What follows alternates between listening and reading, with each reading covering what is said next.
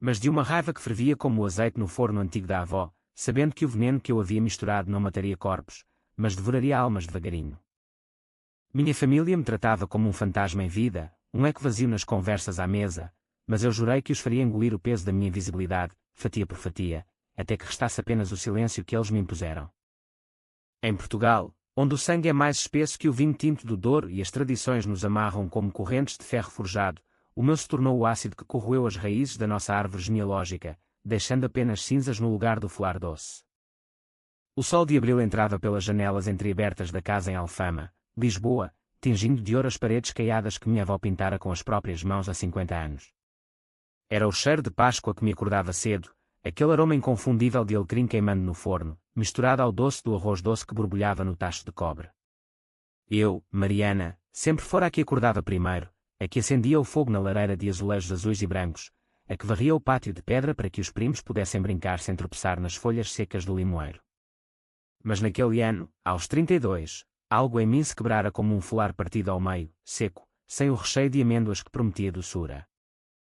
A família chegava aos poucos, como ondas do Tejo subindo a rua íngreme.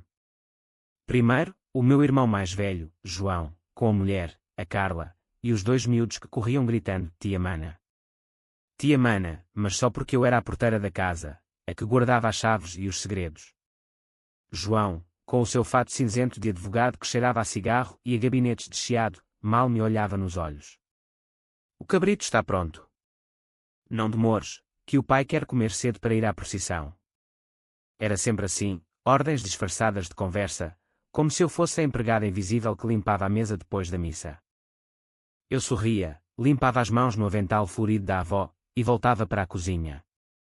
Aí, sozinha com o vapor que embaçava os vidros, eu me permitia odiar.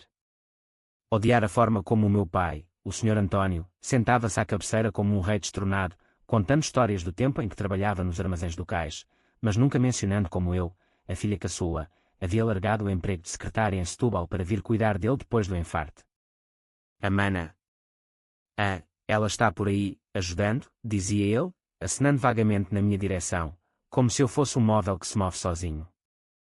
A Carla, com os seus saltos altos que ecoavam no chão de tacos, entrava na cozinha rindo alto ao telefone. Sim, amor, a Mana está a fazer tudo, como sempre. É uma santa.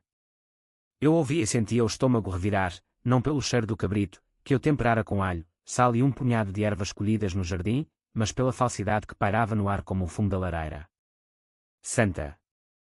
Invisível. Útil, mas descartável. Eu cortava as cenouras em rodelas finas, imaginando que cada uma era um pedaço da vida que eles me roubaram, os anos passados a servir, a ouvir, a engolir silêncios. O dia avançava devagar, como as procissões da Semana Santa que serpenteavam pelas ruelas de Alfama.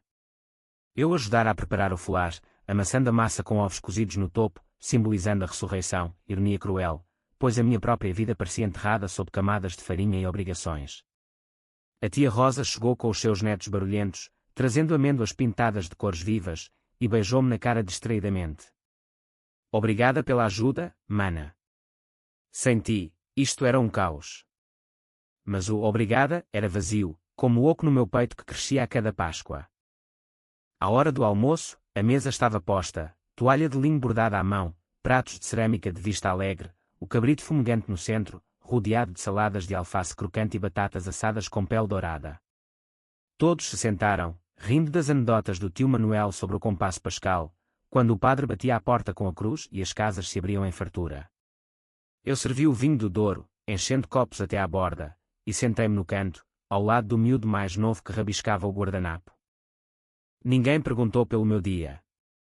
Ninguém notou as olheiras que o sono interrompido me deixara, nem as unhas roídas até à carne viva de noite sem claro a pensar no que fazer com uma vida que escorria pelos dedos como areia do castelo que construíra na praia de Cascais, aos 10 anos, só para ver o mar o levar. O pai ergueu o copo, pela família. Pelos que estão e pelos que partiram. E brindaram, clinho de cristais e quando como facas afiadas no meu coração. Eu ergui o meu, mas o gole desceu amargo, como fel. Foi então que o plano nasceu, não num clarão de loucura, mas num sussurro lento, como o vento que sobe do Tejo carregado de sal. Enquanto eles devoravam o cabrito, elogiando o tempero perfeito, como sempre, eu observava. Observava os olhares trocados entre João e o pai, sobre a herança e negócios, a Carla sussurrando para a tia Rosa sobre a minha solteirice eterna, como se fosse uma doença, os miúdos ignorando-me por completo, preferindo os doces que a avó deixara na arca. Eu era o centro invisível daquela roda, o eixo que girava sem ser visto. Naquela noite, após a procissão do Senhor Morto, quando as ruas se enchiam de cânticos fúnebres e velas tremulando como almas penadas, eu fiquei na cozinha a lavar os pratos. A água quente queimava as mãos, mas era um conforto comparado ao frio que se instalara no meu peito. Peguei no telemóvel, abri uma nota velha, lista de pecados. Não era religiosa, não como eles fingiam ser, mas acreditava em equilíbrio. Cada ajuda não reconhecida era um pecado deles, cada silêncio, uma dívida. E dívidas, em Portugal, pagam-se com juros. Comecei a escrever, primeiro, os pequenos atos. Mandar mensagens anónimas para a Carla, recordando-lhe os segredos que confidenciara numa noite de vinho a mais, o caso com o colega de trabalho, o medo de perder os filhos. Depois, sussurros ao ouvido do João sobre os negócios duvidosos do pai, plantando sementes de dúvida como cebolas no jardim. Para o pai, algo mais profundo, desenterrar o passado, as cartas da mãe que ele escondera, revelando que eu não era filha biológica dele, mas de um amor fugaz em Angola, durante o serviço militar.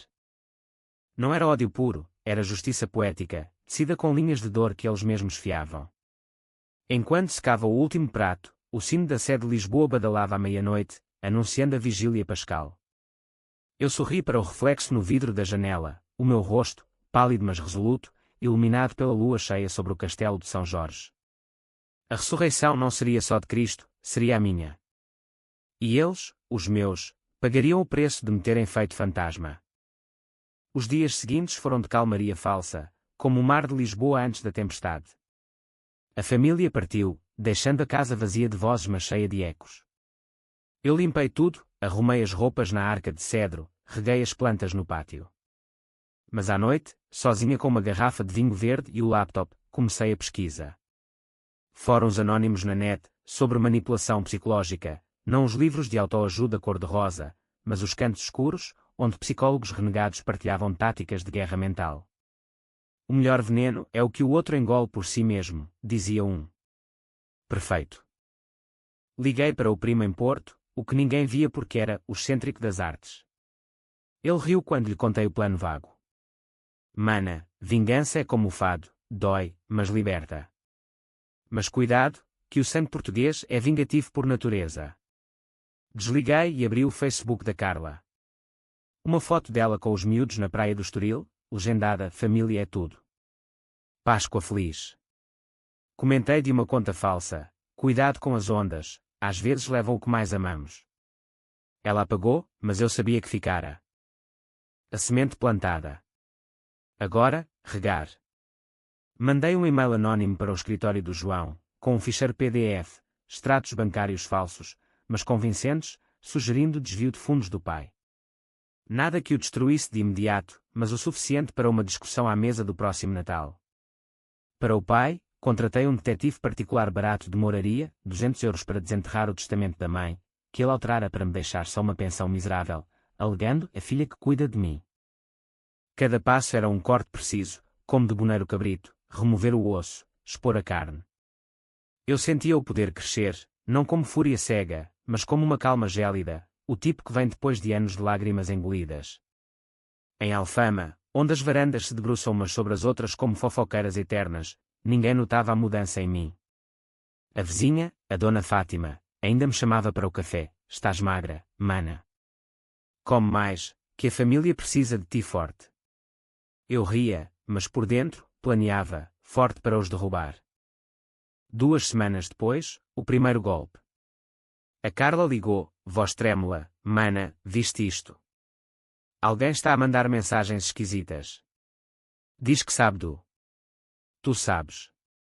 Finge surpresa, que horror, cunhada. Deve ser inveja. Mas fala com o João, ele resolve. Ouço o pânico na respiração dela, o medo de o castelo de cartas desabar. Desligo e rio sozinha, o som e quando na casa vazia. Era só o começo. A Páscoa havia ressuscitado algo em mim, não Cristo, mas a mulher que eles haviam enterrado viva. O verão chegou a Lisboa como um amante impaciente, com o calor que faz o asfalto ondular nas ruas de Alfama e o Tejo brilhar como uma lâmina de prata sob o sol implacável. Eu trabalhava agora num café em Belém, servindo pastéis de nata a turistas que sorriam para as câmaras, ignorantes das sombras que se estendiam por baixo da ponte 25 de Abril. O salário era magro, mas dava para o aluguer da casa, a minha casa, agora, desde que o pai se mudara para um apartamento em Alvalade com a enfermeira que contratara para o cuidar. Ironia, ele, que me usara como muleta, agora precisava de outra. As noites eram minhas aliadas. Sentada no pátio, com o limoeiro sussurrando segredos ao vento, eu tecia a taia. O detetive mandara o relatório, o testamento da mãe, datado de 2005, deixava-me a casa em metade da poupança, uns 50.000 euros de anos de costura e limpezas. Mas o pai alterara-o em 2010, após o divórcio dela, deixando-me só uma menção vaga, para Mariana, o suficiente para a sua independência. Independência. Ele sabia que eu largara tudo por ele. Copiei as páginas, digitalizei, enviei para um advogado em Coimbra, um primo distante que odiava o pai por velhas rixas de herança. Vou tratar disto discretamente, mana. Mas vais precisar de paciência. Justiça em Portugal é como o vinho, melhora com o tempo, mas pode azedar-se apressada. Paciência eu tinha de sobra, cultivada em anos de silêncios familiares. O próximo alvo era o João. Ele e o pai haviam aberto uma pequena agência de importações, vendendo vinhos para o Brasil, o sonho lusófono, diziam eles nos jantares, brindando com copos de cristal que eu lavara. Mas eu descobrira, através de um contacto no Porto de Leixões, que parte das remessas era ajustada nos papéis, rótulos falsos, impostos evasivos. Nada criminal o suficiente para prisão, mas o bastante para um escândalo que mancharia o nome da família. Criei uma conta no LinkedIn falsa, como investigadora fiscal, e enviei um e-mail, prezado Sr. João Silva, anomalias detectadas nas suas declarações de 2023. Contacte para regularização urgente. Anexei gráficos falsos, mas realistas o suficiente para o fazer soar. 2 dias depois, ele ligou para casa. Pai, temos problemas com a autoridade tributária. Alguém está a investigar. Ouvi a conversa pelo telefone fixo, que deixara ligado no viva voz. O pai grunhiu, deve ser inveja dos concorrentes. Resolve tu, que és o esperto da família. Eu ri baixinho, imaginando o veneno corroendo a confiança deles. A Carla era mais fácil, frágil como um ovo de Páscoa rachado. As mensagens anónimas escalaram, fotos antigas dela com o amante, tiradas do telemóvel que eu emprestara numa visita. Lembra-te do hotel em Sintra? Ele lembra.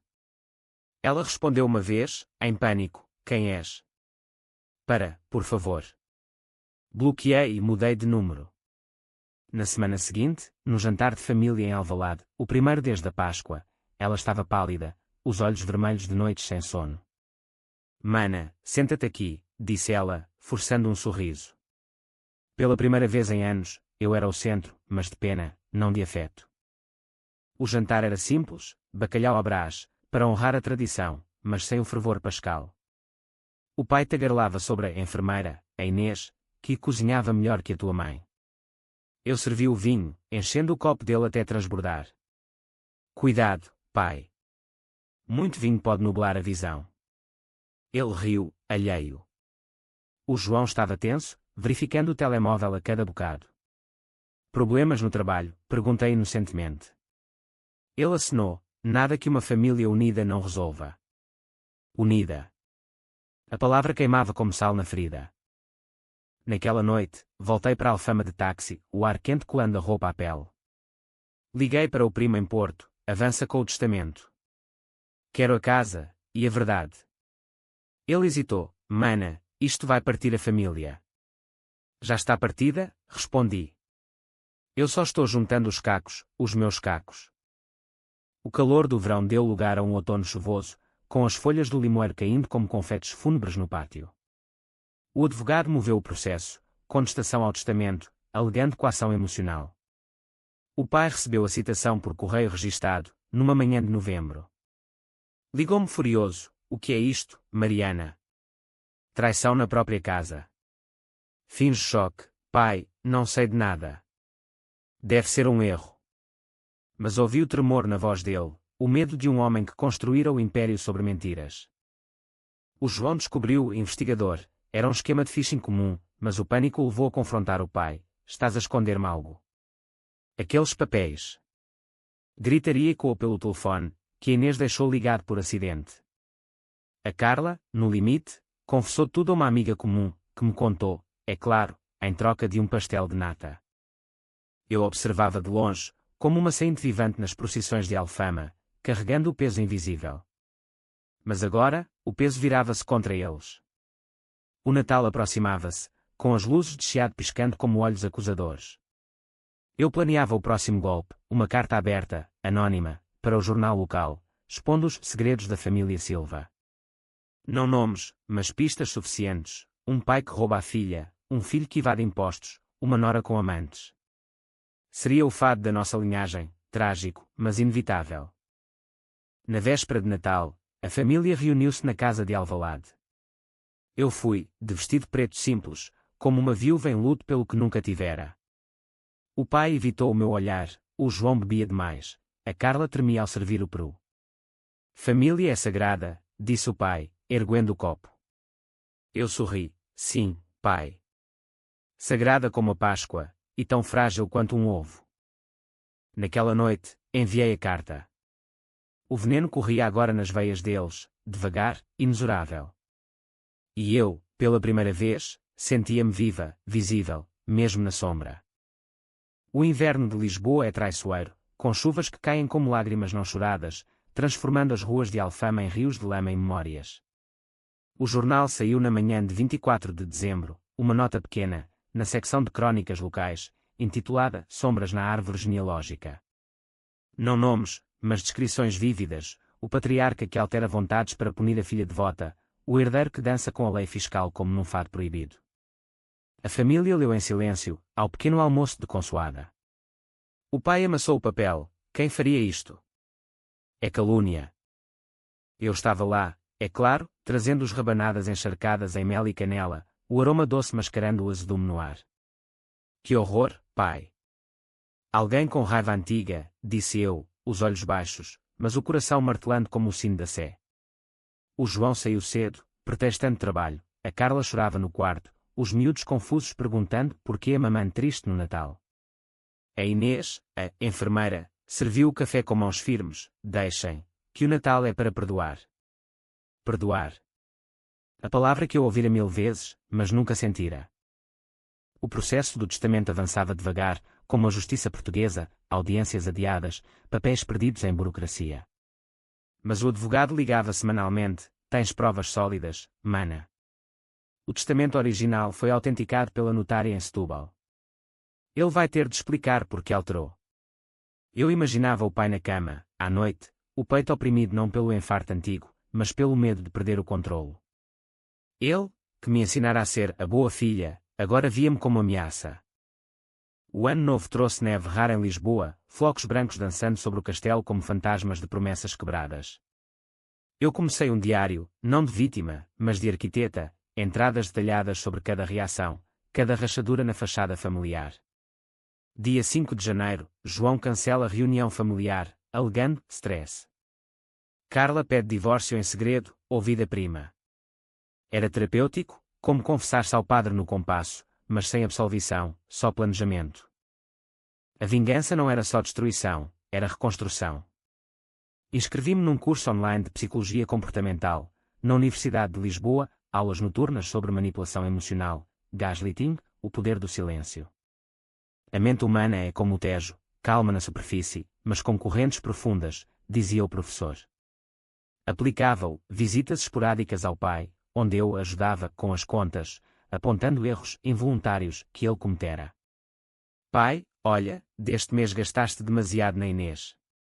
Cuidado, que a família precisa de ti inteiro. Plantava dúvida, como sementes de salsa no jardim. A Carla foi a primeira a quebrar. Ligou-me numa noite de fevereiro, voz embriagada pelo vinho de mesa. Mana, é verdade. Sobre o João e os impostos. E o pai? Ele sabe do meu erro. Hesitei, fingindo compaixão. Cunhada, não ouvi nada. Mas se precisares de falar. Ela desabafou tudo, o caso, o medo dos filhos, o ódio ao clã Silva. Tu és a única que entende, mana. Sempre foste invisível, como eu agora. Invisível. A palavra nos uniu por um instante, mas eu gravei a chamada. Arma para depois. O golpe seguinte foi para o João. Contactei um jornalista freelance em um independente, anónimo, com dicas sobre evasão fiscal e importações de vinho. Interessante para uma série sobre corrupção familiar, escrevi. Ele mordeu a isca, uma investigação começou, visitas ao escritório encheado. O João ligou para o pai, estamos ferrados. Alguém nos está a lixar de propósito. O pai, rouco de fúria, é a mana. Sempre foi invejosa. O meu nome, pela primeira vez, era pronunciado com medo. Na primavera, as flores de laranjeira perfumavam Alfama, mas a casa familiar cheirava a podre, ao fim. O pai adoeceu de novo, um segundo infarto leve, atribuído ao stress familiar. Eu visitei o hospital de São José, levando flores do pátio. Perdão, pai. Não queria isto, menti, segurando a mão dele, fria como mármore. Ele murmurou, traíste-nos, filha. Por quê? Respondi, por ser invisível, pai. Agora, vês-me. O divórcio da Carla foi oficial em abril, véspera de Páscoa. Ela levou os miúdos para a casa de Sintra, deixando o João sozinho com as dívidas. A investigação do jornal parou por falta de provas, eu retirara as pistas a tempo, mas o dano estava feito, clientes perdidos, reputação manchada. Ele mudara-se para um quarto alugado em Bairro Alto, bebendo fado em bares escuros. Eu, enquanto isso, ganhava. O tribunal decidiu a favor, a casa de Alfama era minha, mais 30 mil euros de compensação. Vendi parte da mobília antiga, comprei livros de psicologia, Freud, em edições portuguesas amareladas, e Jung, sobre sombras da psique. A família se desfazia como um folar seco, e eu era a levedura que o fizera inchar e rebentar. Mas o vazio crescia. À noite, no pátio, sob o limoeiro, eu chorava, não por eles, mas por mim, pela menina que sonhara com uma família como as das procissões, unida em fé e fartura. A vingança era doce, como o arroz doce da avó, mas deixava um travo amargo. Ainda não era o fim, era o meio. A Páscoa voltava, e com ela, o banquete final. A Páscoa de 2026 chegou com um sol tímido, filtrado pelas nuvens que pairavam sobre Lisboa como véus de luto. Alfama acordava com os sinos da Sé, chamando para a missa do Domingo de Ramos, mas a minha casa, agora só minha, ecoava vazia, exceto pelo tic-tac do relógio de parede que a avó deixara. Eu preparara a mesa para um cabrito pequeno, de um talho em moraria, assado com as mesmas ervas, mas sem o peso das expectativas. Não convidara ninguém. Ainda não. O plano final amadurecera no inverno, como uvas no Douro gelado. Não bastava destruir, era preciso que eles confessassem, não a mim, mas uns aos outros, num ritual de auto-humilhação que os marcaria para sempre. Convidei-os para uma reconciliação, uma carta enviada por correio elegante, selada com cera vermelha, pela família que fomos. Páscoa na casa da avó. Venham, ou percam-me para sempre. O pai respondeu primeiro, rabiscado a mão trêmula, vou, mas explica-te. O João, por e-mail seco, para acabar com isto. A Carla, surpreendentemente, com os miúdos, pelos pequenos, mana. Eles chegaram ao meio-dia, o ar carregado de azáleas em flor nas varandas vizinhas contrastando com as caras tensas. O pai primeiro, apoiado na bengala, a Inês ao lado, a nova família, disse ele, mas sem convicção. O João sozinho, barba por fazer, olhos fundos de noites insones. A Carla por último, os miúdos correndo para o pátio, ignorantes do veneno no ar. Serviu o folar primeiro, cortado em fatias irregulares, os ovos cozidos rolando como cabeças de espadas. Lembrem-se da avó, disse eu, voz calma como o Tejo em baixa-mar. Eles murmuraram assensos, mas o silêncio pesava. Então, revelei, o testamento, projetado num ecrã improvisado na parede caiada, páginas escaneadas dançando à luz do sol. Pai, roubaste-me a herança. Porquê? Porque eu era a fraca, a que servia sem reclamar. Ele engasgou no vinho, era pelo teu bem. Tu não sabes gerir. Mas eu cortei, gerir. Como geriste a vida da mãe, escondendo as cartas de Angola. Mostrei as fotocópias, palavras de amor de um soldado jovem, provando que eu era fruto de traição. O pai empalideceu, a Inês recuou um passo. Mentira, gritou ele, mas a voz falhou. O João atacou. E tu, mana? Mandaste aqueles e-mails.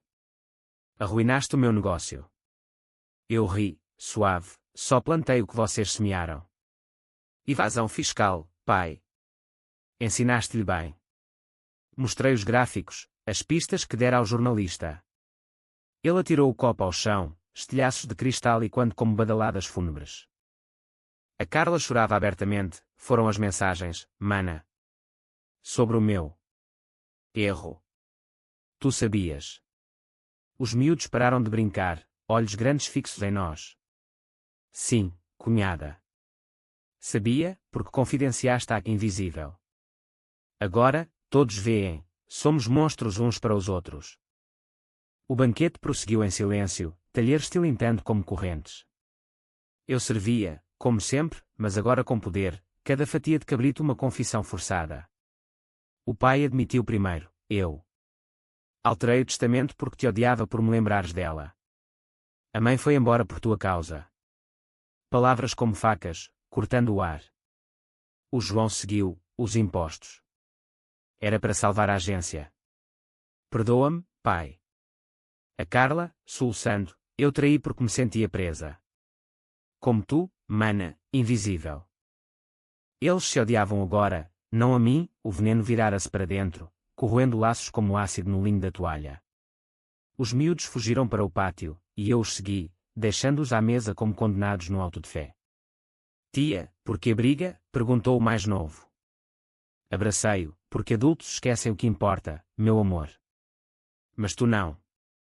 Naquela tarde, após o compasso, o padre batendo à porta com a cruz, abençoando a casa vazia de pecados não confessados, eles partiram. O pai cambaleando, o João em silêncio, a Carla com malas meio feitas. Eu fiquei, limpando os restos, mas o coração leve pela primeira vez. A vingança não era o fim, era o renascimento. Como a Páscoa, doer para florescer. Mas o eco persistia, e agora? A família destruída, mas eu sozinha, rainha de ruínas. O limoeiro florescia, indiferente, e Lisboa cantava fada ao fundo das ruelas. Eu sorri para o vazio, havia mais. Sempre haveria mais. Os meses após aquela Páscoa foram um purgatório pessoal, com Lisboa a pulsar à minha volta como um coração ferido mas vivo. Alfama, com as suas escadas íngremes e varandas de gerânios vermelhos, tornara-se o meu reino, mas um reino de ecos, onde cada passo ressoava as confissões à mesa. O pai mudara-se para um lar em Cascais, para recuperação, dizia a Inês por telefone, mas eu sabia, fuga. O João emigrara para o Brasil, prometendo refazer a vida nas vinhas de São Paulo, longe das sombras fiscais. A Carla ficara, mas distante, enviando fotos dos miúdos por WhatsApp. Eles perguntam por ti, mana. Eu respondia com emojis sorridentes, mas por dentro, o vazio ruía como traça na madeira antiga. A vingança consumara-se, eles se odiavam, se fragmentavam, mas o preço era a solidão que eu tanto temera. Inscrevi-me em terapia, num consultório discreto embaixo Chiado, com uma psicóloga de cabelos grisalhos e olhos que viam além das palavras. Mariana, a invisibilidade que sentias era uma prisão que construíste tu mesma, disse ela na primeira sessão. A vingança libertou-os, e a ti? Libertou? À noite, sonhava com a mesa da Páscoa, cabrito sangrando, rostos distorcidos em gritos mudos. Acordava suada, o limoeiro batendo na janela como um aviso. Comecei a escrever, não diário, mas contos, fragmentos de fado psicológico que enviava a uma revista literária em Porto. A Sombra da Mesa, o primeiro, publicado anonimamente, falava de uma filha que serve veneno invisível. As respostas choveram, profundo. Quem é a autora? A fama veio devagar, como o vinho envelhecido. Um editor contactou-me, temos um livro em mente. Drama familiar, com toques de thriller. Aceitei, sob pseudónimo, Ana do Tejo, e o processo curou mais que a terapia. Escrevia nas madrugadas, o teclado clicando como chuva no Tejo, sendo as dores reais em ficção, o pai como patriarca tirano, o irmão como Iscariotes moderno, a cunhada como Eva tentada. Cada capítulo era uma catarse, transformando veneno em arte. O pai morreu em julho, de um terceiro infarto, timing cruel, como se o coração se rendesse ao peso das mentiras. O funeral em cemitério dos prazeres foi pequeno, eu, a Inês, primos distantes. O João voou de São Paulo, cara inchada de jet-lag e remorsos. Perdoa-me, mana, murmurou no jazigo, sob o cipreste de chorão. Não era para acabar assim. Abracei-o, sentindo os ossos frágeis sob o fato amarrotado. Acabou como começou, irmão. Invisível. Herdei o resto, pouca coisa, mas o suficiente para viajar. Fui a Évora, no Alentejo, onde a mãe crescera, caminhando por campos de sobreiros centenários, sentindo o vento carregar sussurros de Angola. Lá, num café de azulejos moriscos, conheci o Miguel, um fotógrafo local, com mãos calejadas de capturar luz em sombras. Os teus olhos contam histórias, disse ele, clicando a Canon. Falámos de família, a dele, dispersa pela imigração, a minha, esfacelada por mim. Vingança é um espelho quebrado, riu ele. Corta quem segura. Voltámos a Lisboa juntos, ele instalando-se no pátio com o limoeiro como testemunha. As noites tornaram-se conversas longas, vinho tinto e fado de Marisa ao fundo. Ele lia os meus capítulos, sugerindo imagens, aqui, uma foto da mesa vazia, luz dourada como Páscoa traída. O livro saiu em outubro, capa com uma fatia de folar rachada, título em letras vermelhas, Veneno Doce. Lançamento em Livraria Bertrand, chiado lotado, rostos anónimos, mas eu via ecos da família. A Carla veio, sozinha, com um ramo de lírios. Li tudo, mana. Dói, mas é verdade. Abraçámo-nos no canto, lágrimas misturando-se ao perfume das flores. Os miúdos querem-te tia de novo. O João enviou mensagem, orgulho em ti, mana. Do Brasil, com vinho. Até a Inês escreveu, o teu pai teria dito o mesmo, no fundo.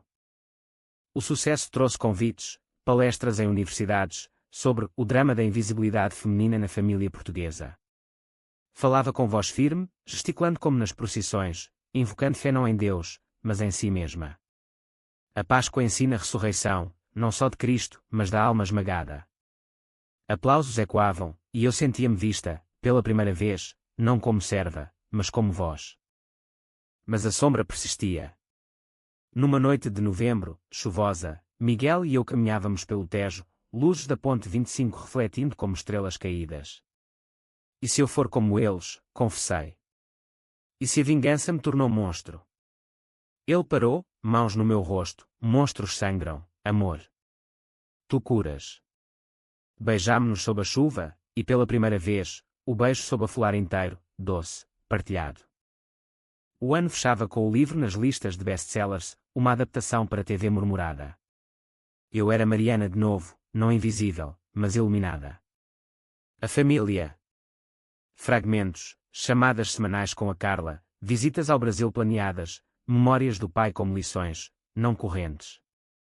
A vingança fora o fogo que queimara o velho, das cinzas, erguia-se algo novo, não perfeito, mas real, como Portugal, gaiato, resiliente, cheio de fado e luz. O ciclo da vida em Lisboa é como o Tejo, sobe e desce com as marés, carregando sedimentos de dor e depósitos de esperança. 2 anos após aquela Páscoa fatídica, eu acordava com o sol de Alfama nos olhos, o limoeiro carregado de frutos maduros que Miguel colhia para sumo fresco. O livro, Veneno Doce, tornara-se fenómeno, debates em cafés de Porto, entrevistas na RTP, até uma peça de teatro em Évora que eu vira, chorando no plateia, vendo atores encarnarem as minhas feridas. A família, o que restava, reconstruiu-se em mosaico quebrado. O João voltara do Brasil, com uma parceira brasileira, a Sofia, e um vinho próprio, Silva do Tejo, rotulado com uma fatia de folar estilizada. Para honrar as raízes, mana, disse ele no batizado da empresa, em Leixões. Abracei-o, sentindo o cheiro de uvas fermentadas misturado a remorso antigo. Raízes crescem tortas, irmão. Mas crescem. A Carla casara-se de novo, com um professor de história em Sintra, e os miúdos, agora adolescentes, passavam fins de semana em Alfama, ajudando no pátio, aprendendo a assar cabrito sem veneno. Tia, conta a história do livro, pedia a mais velha, olhos curiosos. Eu contava a versão leve, era sobre uma tia que aprendeu a ser vista. Eles riam, ignorantes do abismo que eu cavara. O pai, Seu fantasma pairava nas paredes caiadas, mas eu perdoara, não por santidade, mas por cansaço. Visitei o túmulo em prazeres, deixando um folar pequeno, pela ressurreição que nos faltou, Pai. A Inês tornara-se amiga improvável, enviando postais de Cascais. Ele sorria nas fotos antigas, mana. Como tu agora. Miguel e eu casámos num registro civil em Belém, com pastéis de nata como bolo, e uma lua de mel em Madeira, ilhas verdes como o coração regenerado. Lá, sob levadas de chuva fina, ele propôs o projeto, um livro fotográfico, sombras da mesa, imagens minhas com famílias portuguesas reais, procissões em Óbidos, folares em Trás-os-Montes. Para mostrar que invisibilidade se cura com luz, disse ele, clicando o mar Atlântico.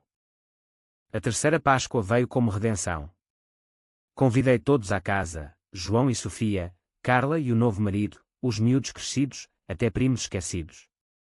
A mesa farta, cabrito, arroz doce, amêndoas, mas eu sentei à cabeceira, não servindo, mas presidindo. Pela família que somos agora, brindei, copo erguido. Eles ecoaram, vozes sobrepostas em harmonia imperfeita. Naquela noite, após o compasso, o padre abençoando com a cruz, casas abertas em fartura, fiquei no pátio com Miguel, o limoeiro sussurrando. Acabou? Perguntou ele. Sorri. Acabou o veneno. Começa o doce. Anos depois, com netos correndo no pátio, o livro na escola como lição de resiliência, eu olhava para o Tejo e via não corrente, mas fluxo. Em Portugal, onde tradições nos amarram e libertam, eu aprendera, a verdadeira vingança não é destruir, mas renascer, visível, inteira, eterna como o fado que canta dor e dança luz.